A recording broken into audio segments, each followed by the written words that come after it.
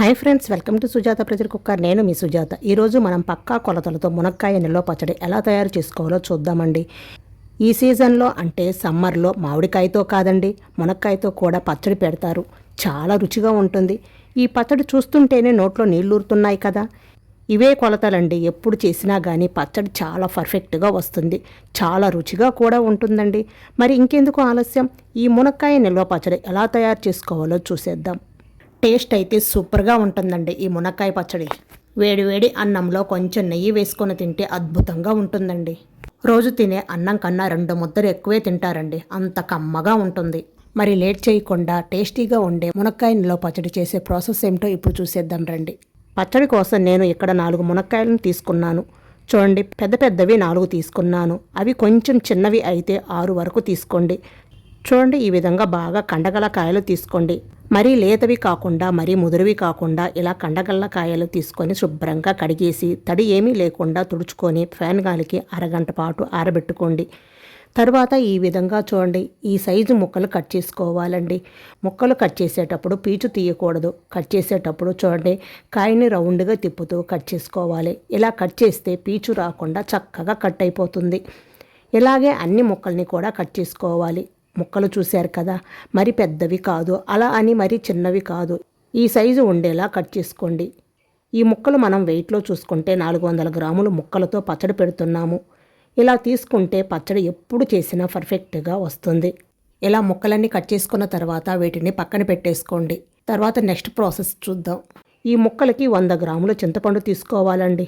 ఇలా చింతపండు తీసుకున్న తర్వాత వీనలు పిక్కలు ఏమీ లేకుండా శుభ్రంగా నీట్గా క్లీన్గా చేసి పెట్టుకోవాలండి. ఇలా కమలాకాయ సైజు అంతా చింతపండు 2 తీసుకోవాలి. ఈ చింతపండుని అడుగు మందంగా గల ఒక గిన్నెలోకి వేసుకొని ఒకసారి కడిగేసి 1 కప్పు నీళ్లు పోసి స్టవ్ మీద పెట్టుకొని లో మీడియం ఫ్లేమ్లో మధ్య మధ్యలో కలుపుతూ ఈ చింతపండును ఉడికించుకోవాలండి.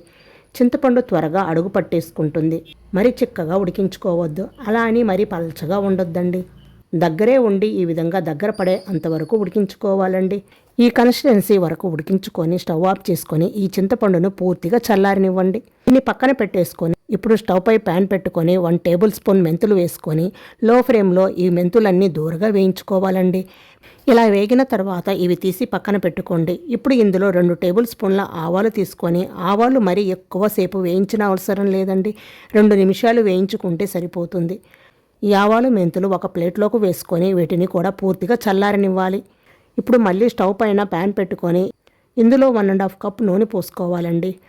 పల్లి నూనె అయితే బాగుంటుంది ఈ పచ్చడికి. అదే వెయిట్ మెజర్మెంట్స్లో వచ్చేసి ఈ నూనె అటు ఇటుగా 350 ml వరకు ఉంటుంది. ఈ నూనె కాగిన తర్వాత మనం ముందుగా కట్ చేసి పెట్టుకున్న మునక్కాయ ముక్కలు 2 సార్లుగా వేయించుకోండి. మొత్తం ఒకేసారి వేయించవద్దు. ఈ మునక్కాయ ముక్కలు వేసుకున్న తర్వాత లో మీడియం ఫ్లేమ్లో 3-4 నిమిషాల పాటు వేయించుకోండి, సరిపోతుంది. మరి ఎక్కువసేపు వేయించవద్దండి. ఈ ముక్కలు లైట్గా ఈ విధంగా కలర్ లైట్గా చేంజ్ అవుతుంది. చూడండి, ఇలా చేంజ్ అయ్యే అంతవరకు వేయించుకోవాలి. మరి ఎక్కువ వేయించేసుకుంటే పచ్చడి కలిపేటప్పుడు ముక్కలు విడిపోతాయి. ఈ విధంగా వేయించుకొని ముక్కలన్నీ కూడా ఒక ప్లేట్లోకి తీసుకొని పక్కన పెట్టుకోండి. ఇలాగే మిగిలిన ముక్కలు కూడా వేసి వేయించుకోవాలి. నెక్స్ట్ వేయించేటప్పుడు నూనెను కొంచెం కాగనివ్వండి. కొంచెం కాగిన తర్వాత మళ్ళీ ముక్కలు వేసుకొని వీటిని కూడా లైట్గా 3-4 నిమిషాల పాటు వేయించుకొని వీటిని కూడా తీసుకొని పక్కన పెట్టేసుకోండి. ముక్కలు తీసాక ఈ నూనెను కొద్దిసేపు కాగనిచ్చి ఇప్పుడు ఇందులో 1 టేబుల్ స్పూన్ నిండుగా ఆవాలు వేసుకోవాలి. అలాగే 10 లేదా 15 వరకు వెల్లుల్లి రెబ్బలు ఇలా కచ్చా పచ్చాగా దంచి వేసుకోండి, లేదా చిన్నవి వేసుకోండి. వీటిని పొట్టు తీసేసుకొని కచ్చా పచ్చాగా దంచి వేసుకోండి. 1/2 టేబుల్ స్పూన్ జీలకర్ర వేసుకోండి.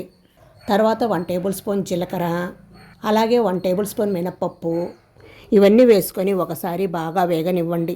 తర్వాత 5-6 ఎండుమిర్చి వేసుకొని వేయించుకోవాలి.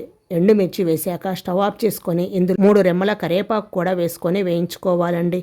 ఇందులో 1/2 టేబుల్ స్పూన్ ఇంగువ, 1/2 టేబుల్ స్పూన్ పసుపు, ఎండుమిర్చి వేసుకోగానే స్టవ్ ఆఫ్ చేసుకుంటే ఆ వేడికి ఇవన్నీ వేగిపోతాయి.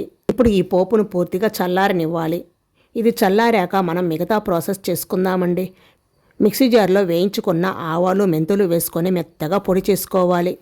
ఆ ఆవాలు మెంతులు కూడా పూర్తిగా చల్లారిన తర్వాతనే గ్రైండ్ చేసుకోవాలండి. ఇప్పుడు ఈ పొడిని పక్కన పెట్టుకొని ఇదే మిక్సీ జార్లో 50 గ్రాములు వెల్లుల్లి రెబ్బలు, 2 మీడియం సైజు వెల్లుల్లి గడ్డలు తీసుకొని కచ్చా పచ్చాగా గ్రైండ్ చేసుకోవాలి. మరి మెత్తగా కాకుండా ఈ విధంగా గ్రైండ్ చేసుకోవాలి. ఇలా చేసుకొని వీటిని కూడా పక్కన పెట్టుకోండి. చివరగా మనం ఉడికించుకున్న చింతపండు ఉంది కదా, ఇది కూడా పూర్తిగా చల్లారిన తర్వాతనే మిక్సీలో వేసుకొని మధ్య మధ్యలో ఆపుకుంటూ గ్రైండ్ చేసుకోవాలి. బాగా మెత్తగా గ్రైండ్ చేసుకోవాలండి. చూడండి, ఈ విధంగా మెత్తగా పేస్టులాగా అయిపోవాలి. ఇలా గ్రైండ్ చేసుకొని పక్కన పెట్టుకోండి. ఇప్పుడు పచ్చడి కలుపుకోవడానికి వీలుగా ఉండే ఒక గిన్నె కానీ బేషన్ కానీ తీసుకొని ఇందులో అరకప్పు కారం వేసుకోవాలండి.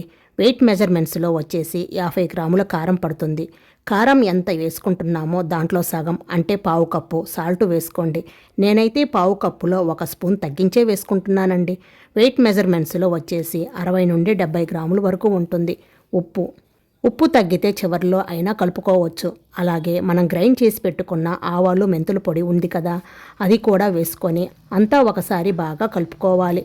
పచ్చళ్ళకు ఎప్పుడు కూడా కారం ఘాటు తక్కువ ఉన్న కారం వేసుకోవాలండి. నేనైతే గుంటూరు మిర్చి కారం సగం, బళ్ళారి మిర్చి కారం సగం, అది సగం ఇది సగం కలిపి వేసుకుంటానండి. దానివల్ల పచ్చడి మంచి రంగు వస్తుంది. ఘాటు కూడా చాలా తక్కువగా ఉంటుందండి. ఇలా కలిపేసుకొని మనం వేయించి పెట్టుకున్న మునక్కాయ ముక్కలు ఉన్నాయి కదా, అవి వేసుకొని ఈ కారం అంతా కూడా ఈ మునక్కాయ ముక్కలకు బాగా పట్టేలాగా కలుపుకోండి. కలిపేటప్పుడు నిదానంగా కలపాలి, లేదంటే ముక్క విరిగిపోతుందండి. ఇలా బాగా పట్టేటట్లు బాగా కలుపుకోవాలండి. ఇప్పుడు ఇందులో మనం కచ్చా పచ్చాగా గ్రైండ్ చేసుకున్న వెల్లుల్లి ముద్ద, అలాగే బాగా మెత్తగా గ్రైండ్ చేసుకున్న చింతపండు పేస్ట్ కూడా వేసుకొని బాగా కలుపుకోవాలి. పచ్చడి చేతితోనే కలుపుకుంటే చక్కగా కలుస్తుందండి. స్పూన్తో అయితే అంత బాగా కలవదు. ఈ చింతపండు పేస్టు, కారం, వెల్లుల్లి ముద్ద అంతా కూడా కలిసేలాగా కలుపుకోవాలండి.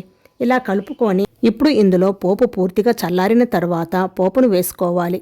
పచ్చట్లో ఎప్పుడు కూడా వేడివి వేసుకోకూడదు. పోపు కానీ వేయించుకున్న ముక్కలు కానీ అన్నీ కూడా పూర్తిగా చల్లారిన తర్వాతనే కలుపుకోవాలి. ఈ నూనెంతా కూడా పచ్చడికి బాగా కలిసేలాగా కలుపుకోవాలండి. ఇప్పుడు కూడా స్పూన్తో అయితే కలవదండి, చెయ్యి పెట్టి కలపాల్సిందే. ఈ నూనె అంతా కూడా ఈ పచ్చడిలో బాగా కలిసేలాగా కలుపుకోవాలి. నూనె పోసేటప్పుడు పచ్చళ్ళల్లో ఎక్కువ వేసాము అనిపిస్తుంది. కలుపుతూ ఉంటే నూనెంతా కూడా పచ్చడికి పీల్చేసుకుంటుందండి. నిజానికి ఇందులో 2 కప్పుల నూనె పడుతుందండి. నేను అరకప్పు తగ్గించి వేసుకున్నాను. చూడండి, నూనె అంతా కూడా చక్కగా కలిసిపోయింది కదా. ఈ విధంగా చేతితో పచ్చడి అంతా కూడా బాగా కలిపేసుకోవాలండి. ఇప్పుడు స్పూన్తో ఈ ముక్కల్ని కూడా పైకి రాకుండా ఇలా నొక్కి పెట్టుకొని మూత పెట్టేసి ఒక రోజంతా కూడా పచ్చడిని బాగా ఊరనివ్వాలి. నైట్ మళ్ళీ ఒకసారి 10 గంటల తర్వాత పచ్చడిని ఒకసారి బాగా కలిపి మళ్ళీ మూత పెట్టుకోండి. నెక్స్ట్ డే మార్నింగ్ కల్లా చూడండి, పచ్చడి చక్కగా ఊరి నూనె పైకి తేలుతుంది కదా. మూత తీయగానే వాసన అయితే గుమగుమలాడిపోతుందండి. ఒకసారి పచ్చడి అంతా కూడా బాగా కలిసేలాగా కలుపుకొని మీకు సాల్ట్ ఏమైనా తగ్గితే ఇప్పుడు వేసి కలుపుకోవచ్చు. నాకైతే అన్నీ కరెక్ట్గా సరిపోయాయండి. కొంచెం ఉప్పు ఎక్కువ తినేవారైతే పావు కప్పు వరకు సాల్ట్ వేసుకోవచ్చు. నేనైతే 1 స్పూన్ తగ్గించి వేశాను.